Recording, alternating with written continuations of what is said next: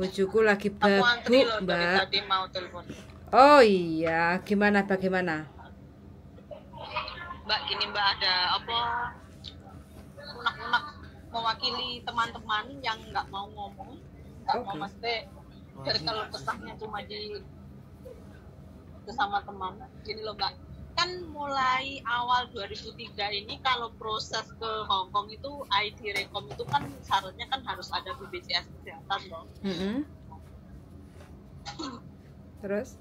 Nah, terus kan kemarin itu ya terpaksa dan ini nggak pengen daftar, tapi kan persyaratannya harus ada itu, udah ada apa-apa, harus ID Rekom, terus persyaratannya kan harus ada BPJS. Terpaksa kan kita daftar BPJS. Kalau daftar BPJS itu kalau gunanya buat saya itu kan harus 1 kakak. Harus 1 kakak toh Mbak. Terus kan itu kan harus bayar tiap bulan. Mbak, itu BPJS kerja loh. Itu kesehatan. Bukan. Ada 2 macam kan.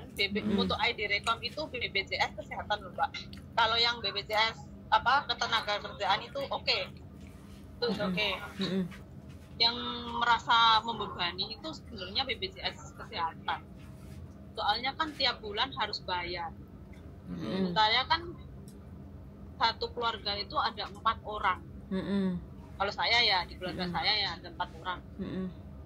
Itu jadi bayarnya yang kelas 3, yang bayarnya itu setiap bulan harus berapa ya? 35 kali 4. Itu.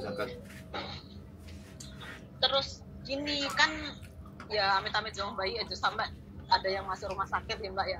Tapi gini Mbak, kalau untuk hal-hal kecil kayak anak batuk pilek itu berobatnya kan harus di kecamatan atau kabupaten, sementara kan kalau di puskesmas itu kan nggak bisa diklaim. Menurutku itu membebani sekali. Kalau menurutku loh Mbak, sebenarnya itu ya kalau masih di sini itu bayar kuat, cuman kan yo kayak orang pate kelas loh Mbak. Maksudnya sama. Terus ini kata teman-teman, ada temanku yang bilang nggak usah dibayar. Nggak usah dibayar tiap bulan, tapi nanti kalau ada yang sakit itu nggak usah berobat, nggak usah pakai BPJS.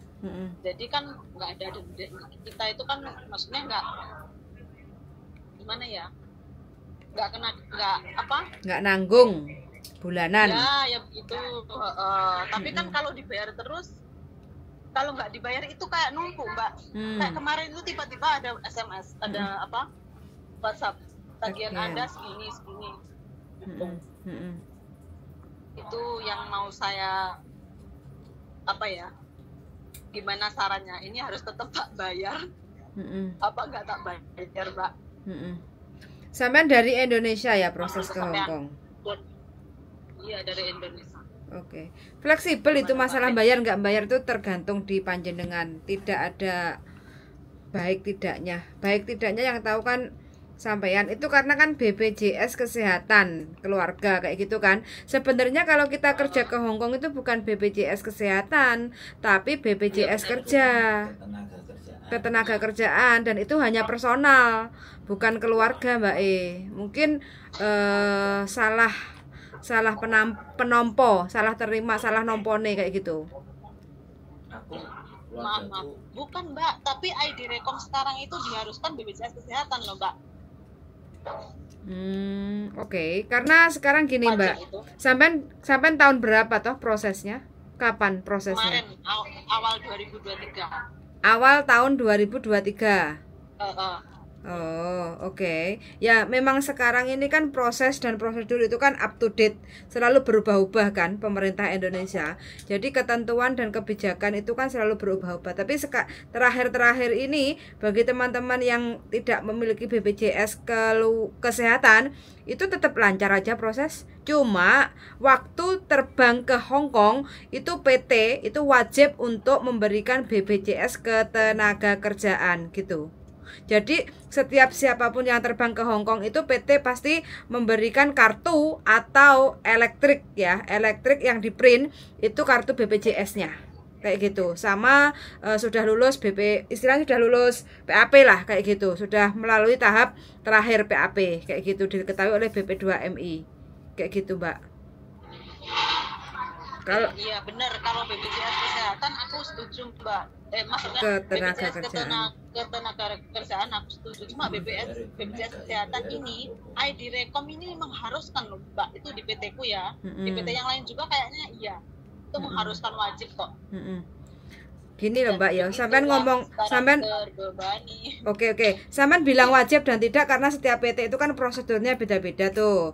Jadi selama saya yang bantu teman-teman yang proses masuk ke PT itu selama ini tidak menerima keluhan ini dan itu tentang BPJS kesehatan kayak gitu ya. Dan pada dasarnya sebagian juga banyak juga yang tidak memiliki BPJS kesehatan kayak gitu loh. Jadi intinya tidak dipukul rata bahwa BPJS kesehatan itu diwajibkan bagi siapapun yang mau kerja ke Hong Kong kayak gitu loh Mbak.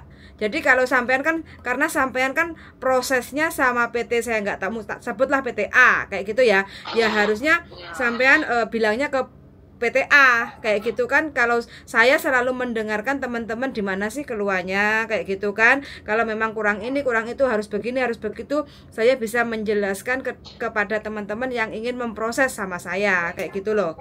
Jadi sejauh ini nggak begitu banyak kendala kayak gitu kan. Tapi kalau sampean yang sampean alami sekarang ini, kalau sampean merasa keberatan untuk membayar BPJS kesehatan, itu nggak wajib kok Mbak, sampean nggak bayar pun nggak apa-apa. Nggak wajib. Cuma nanti waktu sampean terjadi sesuatu, amit-amit jabang bayi ya, terjadi sesuatu nah contoh salah satu dari keluarga sakit atau kecelakaan terus dilarikan ke rumah sakit dan itu tidak bisa di cover lagi karena sudah expired, terus ada tunggakan yang harus dipenuhi kayak gitu Mbak E. Iya memang. Kayak gitu. Jadi nggak ada masalah kalau sampai memang untuk sementara ini merasa keberatan untuk membayar BPJS kesehatan. Kalau menurut sampai nggak penting banget itu BPJS kesehatan keluarga, ya sudah nggak usah dibayar kayak gitu loh. Terus nanti kalau seandainya terjadi kecelakaan atau sakit atau kita nggak tahu ya, dengan namanya juga kesehatan kayak gitu kan, nah itu rumah sakit tidak mengcover. Jadi kalau masuk ke rumah sakit itu hanya harus menggunakan uang, pembayarannya uang cash, nggak bisa di cover, nggak bisa di kayak gitu. Soalnya gini, berarti kalau ada WhatsApp itu penagihan itu diabaikan ya Mbak ya? Abaikan saja kalau nggak ingin bayar gitu. Kayak aku kepikiran soalnya, takutnya nanti tiba-tiba tagihan meledak ini. Enggak. Berapa bulan nggak dibayar kan hitungannya 500 lebih. Aduh. Oke, nggak ada. Banyak yang Mbak, banyak yang terbebani sebenarnya, banyak yang cerita, cuma kan mungkin ya nggak dikeluarkan unek-unek. Cerita bapakmu itu. Yang bayar 1, cerita keluargaku yang 150. Itu sebenarnya BPJS kesehatan itu hanya kesadaran kita masing-masing kok Mbak. Karena kan kita namanya sakit itu kita nggak ada yang tahu kayak gitu loh. Memang BPJS itu bersyarat kayak gitu ya. Contoh kayak rumah sakit, tidak semua rumah sakit itu mengcover BPJS. Jadi kalau kita mau menggunakan BPJS pasti disarankan oleh rumah sakit itu untuk dirujuk ke rumah sakit mana kayak gitu ya. Kayak gitu. Jadi kayak ada ya, memang bagi keluarga yang tidak pernah sakit itu merasa kita dirugikan. Tapi bagi salah satu keluarga yang mungkin tiba-tiba sakit kayak gitu ya, nah itu sangat bermanfaat sekali. Contoh seperti keluarga saya sendiri ya Mbak ya. Nah ini saya itu kan bapak dan ibu saya kan keluarga dari broken home ya. Jadi artinya bapak sambung saya sama ibu kandung saya sama anak beda bapak saya itu satu keluarga kayak gitu kan, dan mereka memiliki dari awal dia membayar BPJS karena adik saya itu dia merasa sadar kayak gitu loh pentingnya BPJS kayak gitu kan. Nah tiba-tiba bapak sambung saya itu naik sepeda pagi-pagi selepas subuhan, nggak ngerti kepleset atau piye, terus tiba-tiba jatuh Akhirnya operasi 3 kali kayak gitu ya, dan itu semua di cover sama BPJS. Adik saya yang sekarang umurnya 27, wongnya seweger, lemu ginuk-ginuk lah, pokoknya setiap hari nggak ada keluhan ini dan itu. Dalam waktu 2 minggu dia sambat gergesi, adem panas, pilek kayak gitu kan, sirai mumet, pusing. Nah terakhir mulai sesak nafas lah, terus mulai demam meriang, terus susah untuk jalan kayak gitu kan. Akhirnya periksa dan harus rawat inap, dan ternyata ada pembekakan di jantungnya kayak gitu kan, dan itu harus rawat inap di rumah sakit itu sekitar 3 minggu sampai rujukan ke 3 kali rumah sakit. Nah itu dikalkulasikan terakhir kemarin itu dia harus keluar rumah sakit, suaminya tanda tangan sekitar habis uangnya itu 120 juta karena dia ada BPJS, akhirnya di cover lah sama BPJS kayak gitu.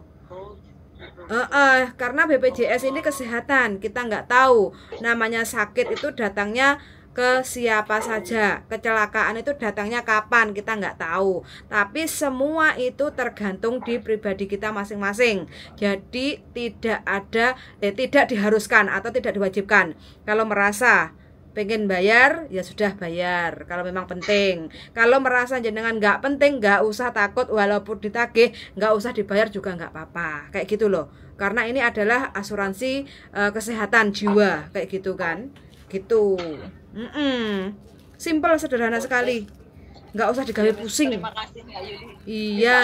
Setiap ada tagihan itu kan, aduh gimana ini kan udah numpuk Mbak, berapa bulan nggak tak bayar, jadi kan ya secara otomatis nanti dia akan ini kok expired date. Jadi sudah kadaluarsa kalau seandainya ada tagihan terus nggak dibayar kurang lebih 1 tahun atau 6 bulan itu nanti secara otomatis tidak aktif lagi. Kalaupun mau mengaktifkan harus membayar kekurangan tunggakannya itu. Gitu. Ayo, terima kasih. Siap. Terus ini ada satu lagi pertanyaan. Oke. Kan aku di Hongkong kan 8 bulan Mbak. Majikanku ki rodok gableki. Inilah rodok gableki lah. Sebelum aku kan 5 tahun itu 5 anak. Guys, nggak perlu tak ceritakan ya, maafnya gimana. Cuma gini, aku ini kan maksudnya gini, aku kan bertahan, ini proses bertahan. Aku udah siap-siap uang saku lah seandainya aku nggak bisa bertahan. Akunya pengennya ke Makau seandainya, tapi moga aja bisa bertahan. Gini, aku nggak tahu di sana itu tujuanku kemana. Yang hubungin aku itu banyak calo-calo, cuman aku takut Mbak. Ini seandainya aku benar-benar nggak bisa bertahan, aku semua minta tolong ditunjukkan ke sana itu harus kemana, agent mana itu bisa nggak? Jangan ke Hongkong aja lah, masih banyak majikan kok Mbak. Tapi kan belum setahun belum bisa pindah agent. Ya dikuat-kuatin setahun lah, karena gaji Makau sama gaji Hongkong itu 1 hampir sama, 2 kadang ada juga yang lebih rendah kayak gitu. Nggak seumpama pengen kesana gitu bisa menunjukkan jalan buat bisa, selalu ada jalan buat sampean. Sing penting sampean cocok karo regane ndok ngono ae. Ya wis lah kalau gitu, terima kasih. Nanti kalau seumpama bisa finish ya alhamdulillah, mau tak goleki sampean. Tak doain sampean finish kontrak, Mbak. Enggak finish ya tak goleki sampean pangkat. Pokoknya harus finish, kuat nggak kuat dikuat-kuatnya sampai finish gitu loh ya. Muga-muga kuat, tapi jangan nggak pasti. Apa sih nggak play ini kenapa? Karena kenapa? Pegang HP juga bisa. Nggak bisa, ini pas keluar kan tadi mereka makan, aku dikasih uang suruh makan sendiri, jadi aku bisa telepon. Di rumah itu nggak bisa pegang HP Mbak, it's okay, nggak masalah. Tapi kadang aku ya nyuri kan, aku kan jaga nenek kan. Kadang kan sering aku tak kasih headset, HP tak sambil dengerin konten nih jenengan tuh kadang ya gitu. Hiburannya ya itu, nggak boleh aku main HP. Istirahat tuh jam 12 malam, bangun jam 7. Terus nenekku itu ya sepakat komplit lah, terawat, medit. Orang lihat orang duduk aja nggak boleh. Pokoknya ya kan kalau ada orang gini, kerja yang rajin biar majikan suka. Kalau nenekku tuh ya di akal kayak gitu ya capek sendiri. Soalnya apa, kan agak apa ya, agak pikun ya orangnya. Kadang udah dikerjain, udah ngepel, itu katanya belum ngepel, harus ngepel lagi, diulang-ulang gitu. Nah kalian nurutin apa itu ya capek sendiri, ya remuk dewe mbak. Jadi ya tak akal. Kadang kalau dia tidur gitu dia diem, tapi kalau dia bangun dia kerja gitu. Ya gitulah intinya. Umur berapa tuh sampean? Aku umur 36. 36 Cik. Semangat aja nih. Nggak apa-apa, wes bertahan aja dulu. Kalau memang nggak kuat, mau survei-survei ke Makau, silahkan kayak gitu ya. Sampean ingin mencoba kayak gitu. Nanti kalau wes nyampe Makau, ben marem matine, nanti kalau kepengen ke Hongkong lagi, kontak-kontak saya kayak gitu. Ya? Bisa. Selama sampean tidak ada catatan kriminal itu bisa. Aku kan gini kan tenang mbak, seandainya ada apa-apa kan aku punya batu loncatan. udah siap sebelumnya gitu loh. Biar nggak bingung. Yang penting sampean tetap semangat, positif thinking, nggak usah mikir sing reno-reno kayak gitu. Semangat ngumpulin duit, terus berteman sama orang-orang yang positif supaya sampean lebih bergairah untuk mencari dolar Hongkong. Oke lah. Ya. Ya udah Mbak, terima Sehat kasih selalu. buat semangatnya hari ini. Kita Siap. tarik dari sini. Siap. Oke. Tak tunggu Mbak ya. Suan sangat sudah menelepon. Oke, sehat selalu. Yuk, waalaikumsalam warahmatullahi wabarakatuh.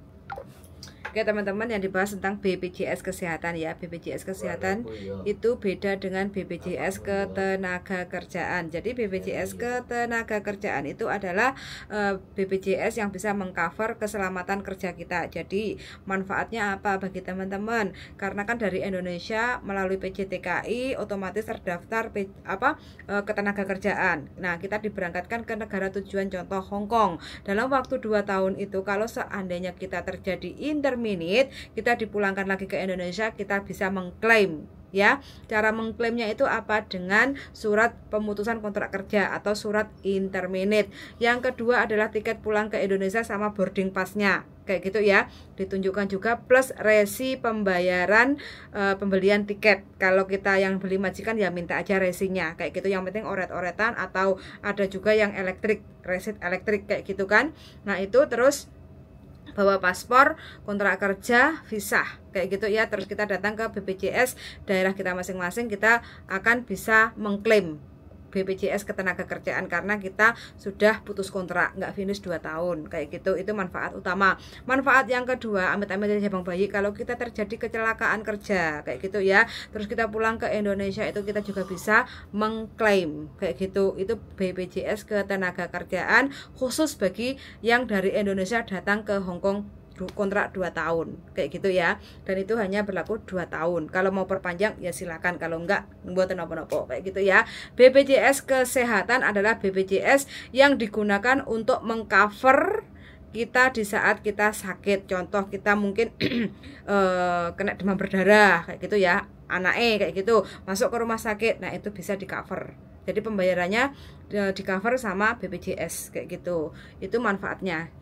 Contoh juga kalau kita punya suami atau anak kayak gitu ya, tiba-tiba sakit atau mungkin kecelakaan kayak gitu, kita dirujuk ke rumah sakit, itu juga biayanya zero, nggak ada pembayaran kalau kita sudah melakukan BPJS Kesehatan. Terkecuali kalau teman-teman nggak mau bayar ya nggak apa-apa, tidak diwajibkan untuk membayar BPJS Kesehatan karena kita di awal kayak mbaknya tadi sudah mendaftar BPJS Kesehatan, jadi mau nggak mau setiap bulannya ya kita harus bayar, karena pembayaran BPJS itu sistemnya bulanan, 1 bulan sekali kayak gitu ya. Tapi kalau teman-teman ingin memutuskan untuk BPJS Kesehatan ya wis nggak apa-apa, nggak usah dibayar kayak gitu. Secara otomatis teman-teman nanti sudah nggak aktif lagi itu BPJS-nya. Kalau nanti mau mengaktifkan ya otomatis teman-teman harus melihat lagi untuk tunggakannya berapa bulan harus dibayar tunggakannya, kayak kalau ingin mengaktifkan kayak gitu ya. Oke, itu aja simpel cerita dari mbaknya yang